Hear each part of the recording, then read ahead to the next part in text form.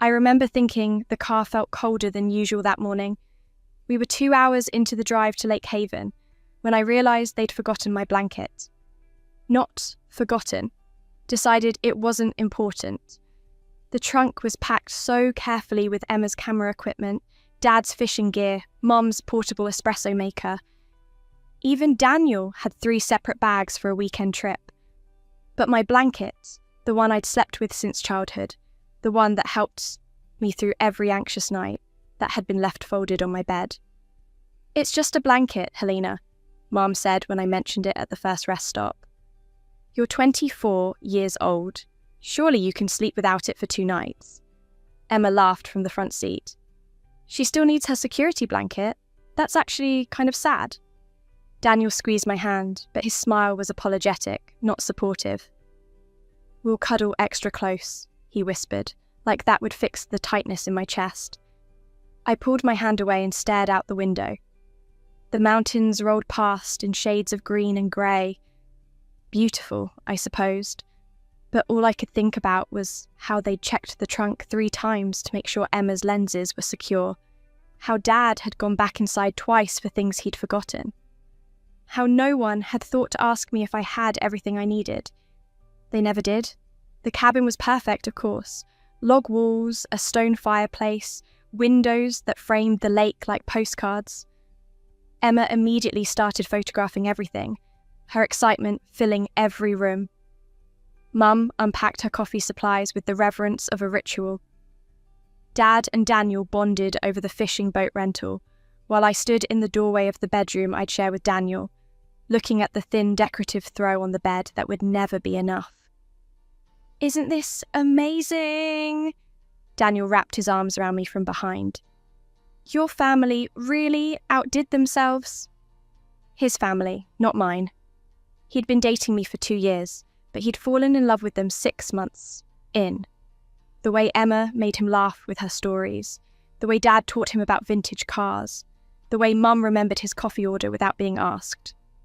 They adored him, and he adored them back, and I was just the bridge he'd crossed to reach them.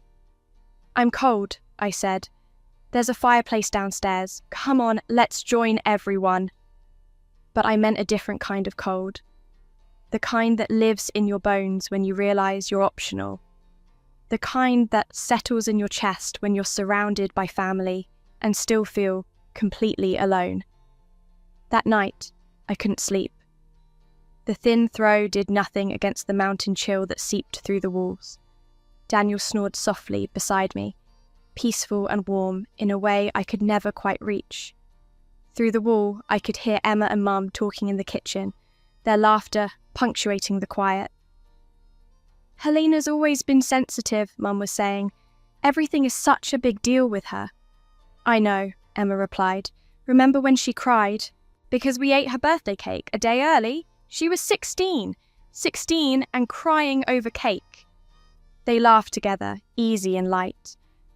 They'd never understood that it wasn't about the cake. It was about how they'd gathered around it without me, celebrating something that was supposed to be mine, not even thinking to wait. Just like they hadn't thought about my blanket. Just like they never thought about me unless I was right in front of them, and sometimes not even then.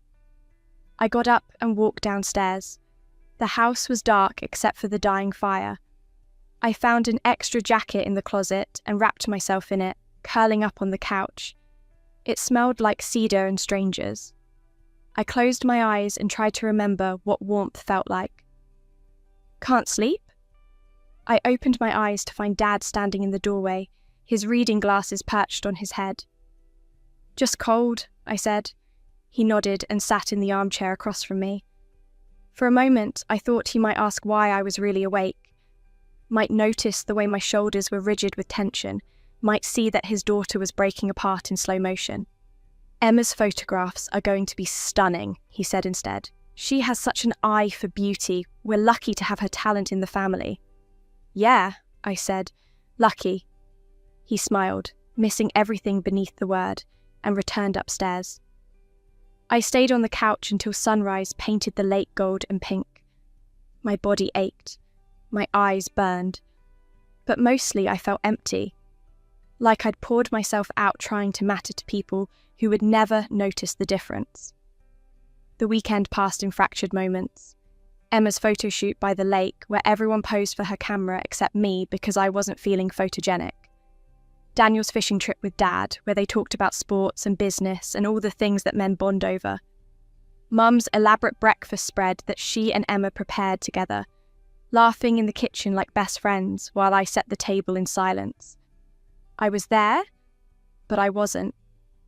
I existed in the peripheral vision of their happiness. On the last day, we hiked to a waterfall that Emma had researched. The trail was steep and rocky, and I fell behind within the first mile. My chest felt tight, anxiety mixing with the thin mountain air, and my legs trembled with exhaustion. But they kept walking, their voices fading ahead of me. Daniel turned back once, halfway up. "You okay?" "I'm fine," I lied. "Go ahead." He hesitated for exactly 3 seconds before Emma called his name, and then he was gone. I sat on a boulder beside the trail and looked at the valley below. Everything was so green, so alive, so indifferent to my suffering. I pulled out my phone and stared at the screen, thinking about calling someone, but there was no one to call. My friends were Emma's friends first. My life was braided so tightly with theirs that I couldn't tell where I ended and they began. I thought about just staying there, about letting them finish their hike and their perfect photographs and their beautiful family memory without me. Would they even notice I was gone? Would it take an hour, 2? Would Emma check her photos that night and realise I wasn't in a single frame? But I stood up eventually. I always did. I climbed the rest of the trail in silence, arrived at the waterfall to find them already taking photos, and smiled when Daniel put his arm around me and said, "You made it!" like it was an accomplishment, like I was a child who'd completed a difficult task. The drive home felt longer than the drive there. I sat in the back seat again, pressed against the window, watching the mountains disappear behind us. Emma showed Mum her favourite photos, hundreds of them, each one a perfect moment I hadn't been part of.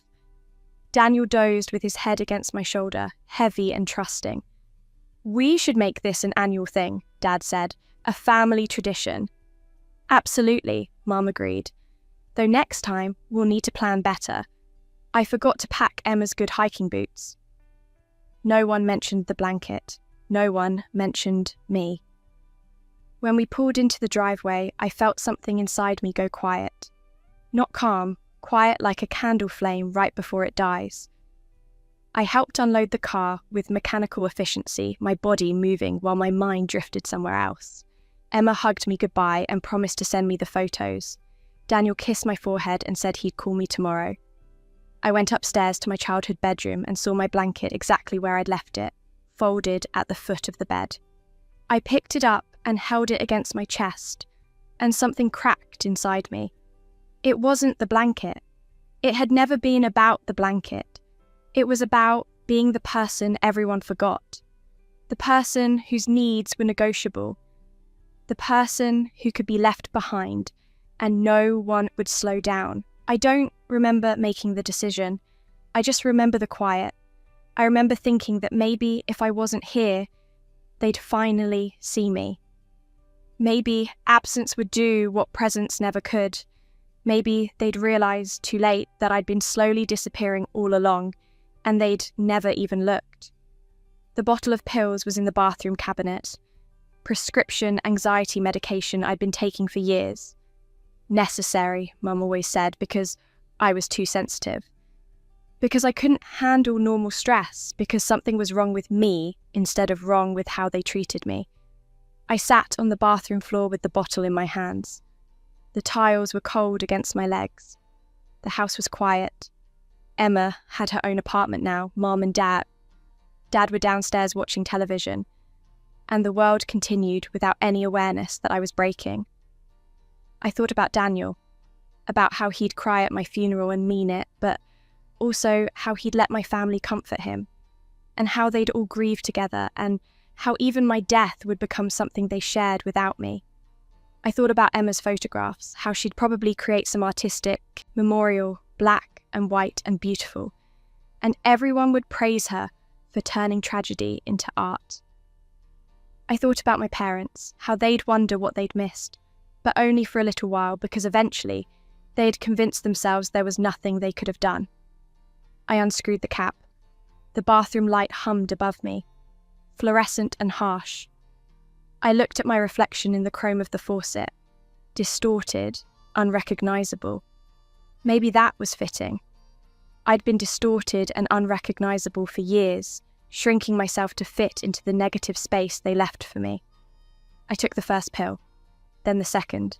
Then I stopped counting. The world went soft around the edges. My breathing slowed. The cold tiles became almost comfortable. I thought about my blanket one last time, about all the nights it had held me together when nothing else could, and then I thought about nothing at all. The darkness came gently, like finally being allowed to rest. I woke up to sunlight streaming through my childhood bedroom window. My first thought was confusion. My second was disappointment. My third was rage, judgmental, pure and clarifying. But then I saw the date on my phone. 3 years earlier. The summer before I'd met Daniel. The year before Emma's photography career took off. The moment when everything had started its slow descent into the weekend that would end me. I sat up slowly, my body young and strong and alive. My blanket was tangled around my legs. I could hear Mum and Emma laughing downstairs about something, their voices light and carefree. Dad's car pulled into the driveway, home from work, right on time. I knew this day. This was the day Daniel would come to fix our internet, the day he'd smile at me and ask me to dinner, the day I'd say yes because I'd been lonely and he'd been kind, and I'd thought maybe someone could actually see me. This was the day everything had started. And this time, I was going to make different choices. I got out of bed and opened my closet. My clothes from 3 years ago looked young and uncertain, picked to please other people, to fade into the background, to take up less space. I pushed them aside and pulled out jeans and a simple black shirt, something that felt like armour instead of apology. Downstairs, Mom was making coffee while Emma edited photos on her laptop at the kitchen table. "Morning, sweetheart," Mum said without looking up.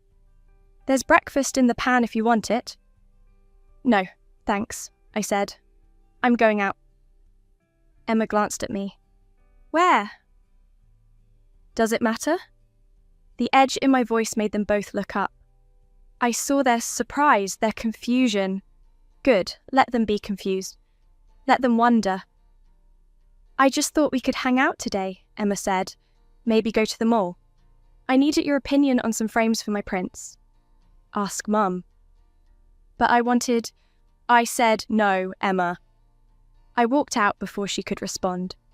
Behind me, I heard Mum say something about me being moody lately, and Emma's agreeing. Murmur. Let them think what they wanted. I was done performing the role of the accommodating daughter, the flexible sister, the person who bent until she broke. I drove to the coffee shop downtown, the one I'd loved but had stopped going to because Emma said their lattes were too expensive.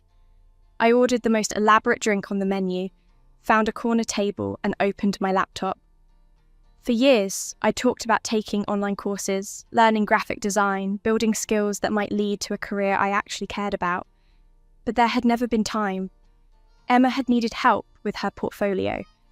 Mum had needed help planning parties. Daniel had needed emotional support through his job stress. My life had been consumed by being useful to people who would forget me the moment I stopped serving their needs.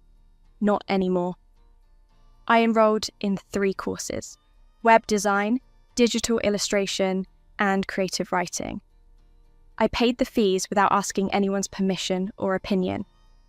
Then, I blocked out time in my calendar, hours that belonged only to me, hours I would protect fiercely. When I got home that evening, Daniel's van was in the driveway. I remembered this moment too. Mum had called about the internet being slow. He was in the living room with his toolkit, and when I walked in, he looked up and smiled that warm, genuine smile that had disarmed me the first time. "You must be Helena," he said. "Your mum's told me about you." "I'm sure she has," I said, and kept walking. I heard his surprise in the silence that followed, but I didn't turn around. I went upstairs, closed my door, and opened my laptop. I had work to do. An hour later, Emma knocked. "Daniel asked if you wanted to get dinner with him." "No." "Helena, he's really nice and cute. You should at least—" "I'm not interested, Emma." "Why are you being like this?" I looked at her, really looked at her. My sister, who I'd loved so desperately, I'd almost destroyed myself trying to earn a fraction of the attention she received without effort. She looked concerned now, but only because my behaviour was unexpected. She'd never noticed when I was dying slowly. She only noticed when I refused to play my assigned part. "I'm being like myself," I said. "Maybe you just never paid attention before." She left, confused and a little hurt. I felt nothing. The girl who would have apologised, who would have soothed her feelings and made myself smaller to restore peace. That girl had died on a bathroom floor. This version of me knew better. The weeks passed in strange, liberating increments. I declined family dinners when I had coursework. I stopped answering Emma's texts immediately, stopped dropping everything to help her with projects. When Mum asked me to help plan her book club event, I said no without explanation or apology. "Are you okay?" Mum asked after the third no. "You seem distant." "I'm fine," I said. "I'm just busy." "Busy with what?" "My own life." The words hung in the air like something revolutionary. My own life, not the supporting role in theirs, not the bit part in Emma's story or the emotional caretaker for Mum or the audience for Dad's achievements. Mine. I watched them struggle to understand this new version of me. Emma tried to draw me back with invitations and compliments. Mum oscillated between concern and irritation. Dad barely noticed until Mum pointed it out, and even then, his attention was fleeting. But I didn't need them to understand. I just needed them to adapt. 3 months after my rebirth, Emma announced she'd been invited to showcase her work at a local gallery. It was a big deal, her first real break. Mum immediately started planning a celebration dinner. "Saturday night," Mum said. "We'll go to Marcello's. Everyone will be there." "I can't make it," I said. Emma's face fell. "What? Why not?" "I have plans." "What plans could be more important than this?" I looked at her across the kitchen table. 3 years from now, she'd be photographing a family trip where I didn't exist in a single frame. She'd laugh with Mum about my sensitivity. She'd consume all the space and air and attention, and I'd be slowly suffocating in the margins. "My plans," I said. "That's all you need to know." "Helena, this is Emma's big night," Mum said, her voice sharpening. "Family shows up for each other." "Do they?" I met her eyes. "That's good to know." I left the table before the argument could escalate. In my room, I pulled out my blanket and wrapped it around my shoulders. It felt different now. Not like security, but like a reminder. A witness to all the nights I'd needed comfort because they'd made me feel invisible. I didn't go to Emma's gallery show. Instead, I finished a major project for my web design course and submitted it hours early. Then I drove to the lake. Not Lake Haven, a different one, and sat by the water until the stars came out. The silence was profound, peaceful, mine. When I got home, the house was dark except for the porch light. I found a note on the kitchen counter in Mum's handwriting. "We missed you tonight. Emma was hurt. Please call her." I crumpled the note and threw it away.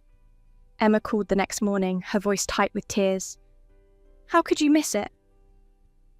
"I had other things to do." "More important than supporting your sister?" "Emma, do you even know what courses I'm taking, what I'm working on, what I want to do with my life?" Silence. Do you know my favourite book? My favourite movie? What keeps me up at night? More silence. You don't, I said quietly, because you've never asked. None of you have. So don't talk to me about support when you've never once shown up for me. That's not fair. It's absolutely fair. I just stopped pretending it wasn't. I hung up. My hands were shaking, but not with fear, with relief, with the pure, clean feeling of finally telling the truth. A year passed, then another. I completed my courses and started freelancing as a web designer. My client list grew steadily. I moved into my own apartment, small but mine, decorated exactly how I wanted, filled with things that made me happy instead of things that made me acceptable. Emma's career flourished. She travelled for photo shoots, won small awards, built an impressive portfolio. She sent me updates occasionally, long texts full of her achievements and excitement. I responded with brief congratulations, nothing more. Mum tried to bridge the distance with lunch invitations and phone calls. I accepted some, declined others. When we did meet, she talked about Emma's success and Dad's work and her book club friends, occasionally remembering to ask about my life like an afterthought. Your website work is nice, she said once, in a tone that suggested she didn't quite understand what I did or why it mattered. It pays my bills and makes me happy, I said. That's enough. But don't you want more? A real career? A relationship? I have a career, and I'm fine alone. You can't be alone forever, Helena. I've been alone my whole life. Mum, I'm just finally comfortable with it. She looked hurt by that, and some small part of me, the part that had loved her desperately, that had begged silently for her to see me, felt a flicker of guilt. But I let it pass. Truth wasn't cruelty. Truth was just truth, and they needed to hear it for years. The invitation came on a Tuesday afternoon. Emma was planning a family trip to Lake Haven. She'd rented the same cabin, wanted to recreate the trip for a photography project about family and time and togetherness. Please come, she wrote. It won't be the same without you. We haven't all been together in so long. I stared at the message for a long time. This was the trip. The one where they'd forget my blanket, forget my needs, forget me. The one that would lead to Daniel and the slow erosion of my self-worth, and eventually to that bathroom floor. I deleted the message without responding. Emma called an hour later. Did you get my text? I did. And? I'm not coming. Why not? We're family, we should... Emma, do you remember the last time we took that trip? Silence. Of course she didn't remember. It hadn't happened yet for her, but I remembered. I remembered everything. You took hundreds of photographs, I said. Beautiful ones. I've seen them. And I wasn't in a single frame. Not one. Do you know what that feels like? To exist so completely outside your family's perception that you literally disappear from the visual record. I don't understand. We haven't taken that trip yet. No, I said. We haven't, and we won't. Not together. You're not making sense. I'm making perfect sense. You're just not listening. But that's nothing new. I hung up before she could respond. Then I booked my own trip. A solo hiking adventure in the Cascades. Something I'd always wanted to do but had never suggested because I knew they'd either talk me out of it or turn it into a group activity that would cease to be about what I wanted. I packed light, clothes, supplies, a small first aid kit, and at the bottom of my bag, carefully folded, my blanket. Not because I needed it for security, because I wanted it, because it was mine, and I'd learned to value the things that belonged to me. The mountains were exactly as beautiful as I'd imagined. The trails were challenging, but manageable. The silence was comprehensive. No voices except my own thoughts, no obligations except to myself. I took photographs on my phone, not for anyone else, just for me. evidence that I existed, that I took up space, that I mattered enough to document my own experience. On the third night, I sat by my campfire wrapped in my blanket and thought about them. They were probably at Lake Haven right now, Emma taking her photos, Mum and Dad admiring the view. Maybe they'd noticed my absence. Maybe they'd said something about it. Maybe they'd realised, finally, that the space I'd left behind was significant. Or maybe they hadn't. Maybe Emma's photographs would be beautiful and complete without me. Maybe they'd have a wonderful time and return home with perfect memories. Maybe my absence would teach them nothing. It didn't matter anymore. I pulled out my phone and drafted a message to the family group chat. I hope you're having a good trip. I'm having a good trip too. Mine is just different from yours, and that's okay. I'm learning that I don't need to be part of every family moment to be valuable. I don't need to chase your attention to deserve love. I'm enough on my own. I hope someday you understand that. But even if you don't, I'll be fine. I stared at it for a long time, then deleted it. They didn't need my explanation. This wasn't about making them understand. This was about me understanding myself. The fire crackled softly. Above me, stars scattered across the sky like someone had spilled diamonds. The night air was cool, but not cold. I was wrapped in my blanket, alone in the wilderness, and I had never felt more at peace. I returned home to 17 missed calls and dozens of texts.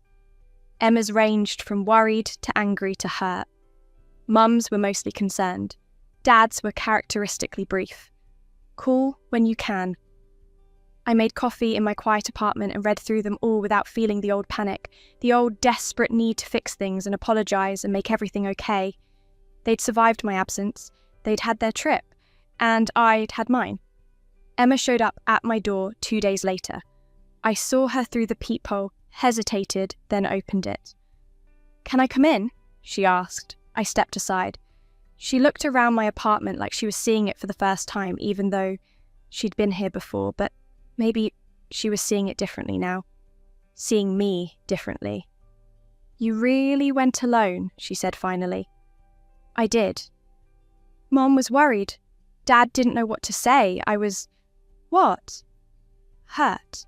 And confused. And then I looked through my photos from the trip and I realised something. She pulled out her phone and scrolled through images. The cabin, the lake, the trails, the waterfall, Mum and Dad smiling, sunset over the water, the dock. "You're right," she said quietly. "You weren't in any of them. Not just this trip, any of them. I went through my entire portfolio, years of family photos, and you're barely there. And when you are, you look... invisible." "Sad," she said. "You look so sad, and I never saw it." I didn't respond. There was nothing to say that I hadn't already said in a dozen different ways they'd never heard. "I'm sorry," Emma said, "for not seeing you, for taking up all the space, for making you feel like you didn't matter." The apology landed differently than I'd expected. I'd imagined this moment in the before time, imagined them finally understanding, finally apologising. I'd thought it would feel like vindication, like victory. Instead, it just felt quiet. A simple acknowledgement of something that should have been obvious all along. "Thank you," I said. "Is there any way to fix this? To make it better?" I thought about it. About whether I wanted to rebuild something with them.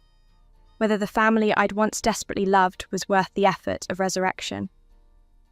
"I don't know," I said honestly. "Maybe. But it would have to be different.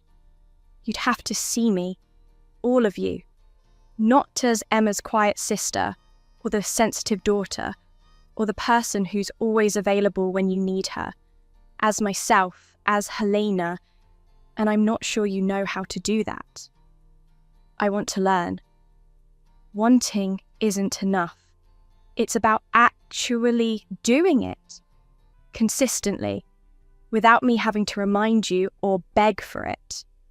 She nodded slowly. I understand.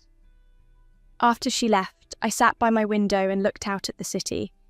People moved through their lives below, walking dogs, hailing cabs, carrying groceries. Everyone with their own story, their own struggles, their own journey toward becoming whoever they needed to be. I thought about the girl who'd sat on a bathroom floor with a bottle of pills. The girl who'd believed her absence was the only way to be seen. She'd been so lost, so desperate, so certain that she was the problem. But she'd been wrong. The problem wasn't her sensitivity or her needs or her existence. The problem was people who'd forgotten to see her and her belief that she couldn't exist without their validation. That girl was gone now, dead and reborn, and this version, this Helena who packed a light and travelled alone, who built a life on her own terms, who valued her own company, she was stronger than anyone had ever given her credit for. My phone buzzed. Daniel. Not the Daniel I'd dated, but the one I dismissed 2 years ago when he'd asked me to dinner. He'd sent a friend request on a professional networking site with a message. Saw your portfolio. Really impressive work. Would love to grab coffee and talk about a potential collaboration. I smiled. In another timeline, I'd have said yes immediately, desperate for connection. I'd have turned that coffee into a relationship. That relationship into another way to lose myself. But this, Helena, knew better.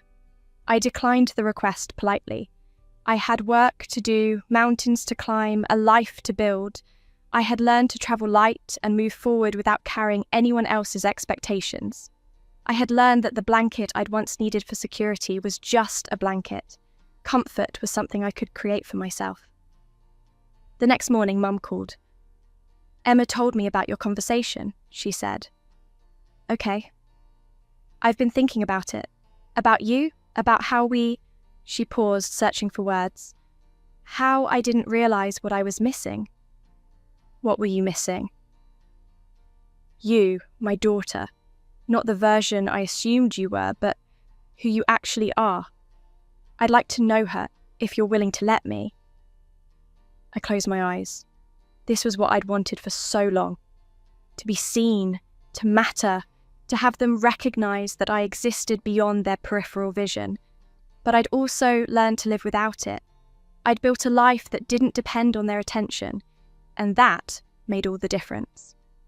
Maybe, I said, we could try, but slowly, and only if you're really ready to do the work. I am, she said. I promise I am. Time would tell if she meant it. Time would tell if any of them could change. But either way, I'd be fine. I'd learned how to be fine on my own. I went to my closet and pulled out my blanket. It was worn now, faded from years of use. I held it for a moment, feeling its familiar weight, remembering all the nights it had been my only comfort. Then I folded it carefully and placed it on the shelf. Not thrown away, I still loved it, still honoured what it had meant to me. But I didn't need to carry it everywhere anymore.